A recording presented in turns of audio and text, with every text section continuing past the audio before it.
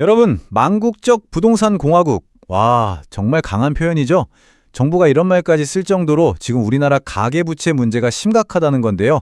드디어 칼을 빼들었습니다. 2026년부터 우리 삶에 바로 영향을 미칠 아주 강력한 대책인데 오늘 제가 이 내용들 하나하나 정말 알기 쉽게 설명해 드릴게요. 아니, 정부가 도대체 왜 이렇게까지 나서는 걸까요? 자, 여기 이 그래프를 한번 보세요. 이유가 바로 나옵니다. 다른 주요 나라들이랑 비교를 해보면요. 우리나라의 가계부채 비율이 진짜 압도적이죠. 우리 경제가 감당하기 어려운 수준까지 빚더미에 올랐다는 아주 빨간불이 제대로 켜진 겁니다. 그리고 정부의 의지가 어느 정도냐면 바로 이 한마디에 다 담겨 있어요. 다시 한번 보세요. 망국적 부동산 공화국. 이 오명에서 벗어나야 한다. 이 말은 뭐냐면 이제 부동산이랑 금융, 이 둘의 연결고리를 아주 과감하게 끊어버리겠다는 정말 비장한 각오가 느껴지죠. 그래서 오늘 이 대책들을 우리가 제대로 이해하기 위해서 크게 네 덩어리로 나눠서 볼 거예요. 먼저 지금 뭐가 문제인지 그 심각성을 좀 보고요. 그리고 정부의 핵심 카드 두 개, 대출 총량 관리랑 다주택자 대출 제한이 뭔지 알아볼 겁니다. 또 이 과정에서 혹시 피해볼 수 있는 세입자들은 어떻게 보호하는지, 마지막으로 온갖 편법 꼼수들을 막기 위한 강력한 제재까지 하나씩 따라오시면 금방 이해되실 거예요. 자, 그럼 첫 번째 순서입니다.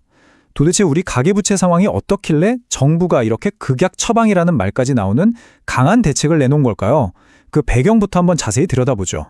이 그래프를 보시면 2021년에 정점을 찍고 나서 그래도 가계부채 비율이 조금씩 내려오고는 있어요. 다행이죠. 근데 그렇다고 안심할 수가 전혀 없어요. 왜냐? 줄어들고는 있다지만 여전히 빚의 전체 규모가 너무 커서 우리 경제에 거의 시한폭탄 같은 존재거든요. 특히 문제가 뭐냐면 계속 빚을 내서 집을 사려는 이 투기 수요가 좀처럼 꺼지질 않고 있다는 거예요. 이게 제일 위험한 거죠. 자, 그럼 정부가 꺼내든 첫 번째 해결책은 뭘까요? 바로 총량 관리라는 겁니다. 말 그대로예요. 나라 전체의 대출 총량을 관리하겠다, 통제하겠다 이런 건데 이게 정확히 어떻게 하겠다는 걸까요? 이 총량 관리라는 말이 조금 어렵게 들릴 수 있는데 아주 쉬운 비유가 있어요. 우리 가뭄이 심해지면 도시 전체에서 쓸 수 있는 물의 양을 정해놓고 다 같이 아껴 쓰잖아요? 그거랑 똑같다고 보시면 돼요. 정부가 올해 우리나라 전체에서 새로 나갈 수 있는 가계대출은 딱 이만큼 하고 총액을 미리 정해버리는 거예요. 그리고 그 선을 절대로 못 넘게 아주 깐깐하게 관리하겠다. 바로 이겁니다. 실제로 목표 수치를 보면 정부 의지가 얼마나 확고한지 딱 보입니다. 2025년에는 가계대출 증가율을 1.7%로 막았는데 2026년 목표는 여기서 더 줄여서 1.5%로 잡았어요. 이게 0.2%포인트 차이라서 작아 보일 수도 있는데 아니에요. 나라 전체 경제로 보면 이게 조 단위의 돈이 묶이는 거거든요. 한마디로 이제 대출받기 훨씬 더 어려워질 겁니다 하는 아주 강력한 신호를 시장에 보내는 거죠. 그리고 이게 그냥 내년 한 해만 하고 끝나는 게 아니에요. 더 큰 그림을 그리고 있습니다.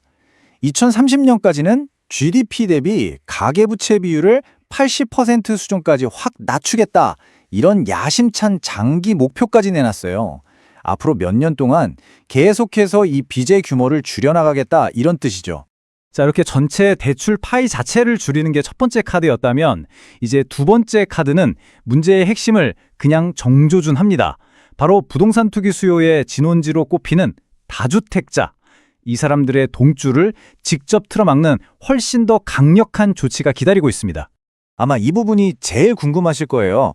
특히 집을 여러 채 가지고 계신 분들이라면 그럼 나 이제 대출 만기 연장 안 되는 건가? 싶으실 텐데요. 자, 이 질문에 대해서 제가 명확하게 답을 드릴게요. 핵심은 딱 이겁니다. 아주 간단해요. 원칙과 예외. 자, 원칙은 뭐냐? 다주택자가 가진 수도권이나 규제지역 아파트 담보대출 만기 연장 안 해준다. 이게 대원칙입니다. 하지만 정말 어쩔 수 없는 몇 가지 상황에 대해서는 예외를 둬서 숨쉴 구멍은 만들어줬어요. 자, 그런데 여기서 진짜 중요한 질문이 하나 생기죠. 아니, 우리 집주인이 다주택자라서 대출 연장이 막히면 그럼 이 집에 사는 세입자는 갑자기 길바닥에 나앉아야 하는 건가? 이런 걱정 드실 수 있잖아요. 당연히 정부도 이 부분에 대한 안전장치를 마련해 뒀습니다. 그 안전장치의 핵심, 가장 큰 예외 조항이 바로 이겁니다. 집주인 대출 문제 때문에 엉뚱한 세입자가 피해를 보는 그런 최악의 상황은 막아야 한다는 거죠. 그래서 지금 살고 있는 세입자의 계약 기간이 끝날 때까지는 집주인이 다주택자여도 예외적으로 대출 만기를 연장해 주기로 한 겁니다. 어떻게 보면 세입자의 주거 안정을 최우선으로 생각한 조치라고 할 수 있겠죠. 그리고 혹시 모를 혼란을 막으려고 이렇게 구체적인 날짜까지 딱 정해줬어요. 그냥 현재 계약뿐만이 아니라 우리 외에 서로 별말 없으면 자동으로 계약 연장되는 거 있잖아요. 묵시적 갱신이라고 하죠. 그것도 인정해주고 또 세입자가 법적으로 저 2년 더 살게요 하고 요구할 수 있는 계약갱신 청구권, 이런 경우들까지 아주 세세하게 다 챙겨서 세입자들이 피해보는 일이 없도록 안전장치를 만들어둔 겁니다. 자, 이제 마지막 핵심 내용입니다. 정부가 가계대출을 꽉 조이니까 사람들이 어떤 꼼수를 쓸까요? 맞습니다. 사업자 대출을 받아서 집을 사는 거죠. 이런 풍선 효과를 정부가 모를 리 없죠. 그래서 이 편법의 구멍을 아주 확실하게 막아버리는 강력한 조치를 함께 내놨습니다. 이런 편법이 얼마나 심했는지 이 숫자 하나면 설명이 끝납니다. 587억 5천만 원. 이게 뭐냐면요. 2025년 하반기 딱 6개월 동안 저 사업할 거예요 하고 대출 받아서 집 사는 데 쓴 돈이 이만큼이나 적발된 거예요. 정말 어마어마하죠. 문제가 얼마나 심각했는지 바로 보여주는 겁니다. 그래서 제재가 얼마나 세졌는지 이 표를 한번 보세요. 그냥 한눈에 딱 들어오죠. 예전에는요, 꼼수 쓰다 걸리면 그냥 돈 빌린 그 은행에서 사업자 대출만 1년 동안 못 받았어요. 근데 이제는요, 걸렸다 하면 모든 금융기관에서 사업자 대출, 개인 신용대출 할 것 없이 모든 대출을 무려 3년 동안 막아버립니다. 이건 뭐 사실상 금융거래를 하지 말라는 수준의 엄청난 페널티인 거죠.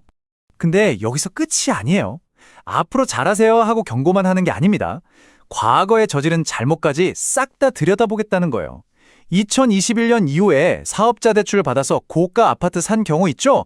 이거 국세청이 전수조사, 그러니까 하나도 빠짐없이 다 조사해서 부당이득 환수하고 세금까지 탈탈 털어서 추징하겠다는 겁니다. 자, 그럼 오늘 내용 딱 3가지만 기억하시면 됩니다. 첫째, 이제 나뿐만 아니라 모두에게 대출 문턱이 훨씬 높아졌다는 거. 둘째, 특히 다주택자가 빚내서 또 집 사는 투자는 이제 사실상 원천적으로 막혔다고 봐야 하고요. 마지막으로 사업자 대출 같은 꼼수 쓰다가는 정말 상상도 못할 처벌을 받게 된다는 거.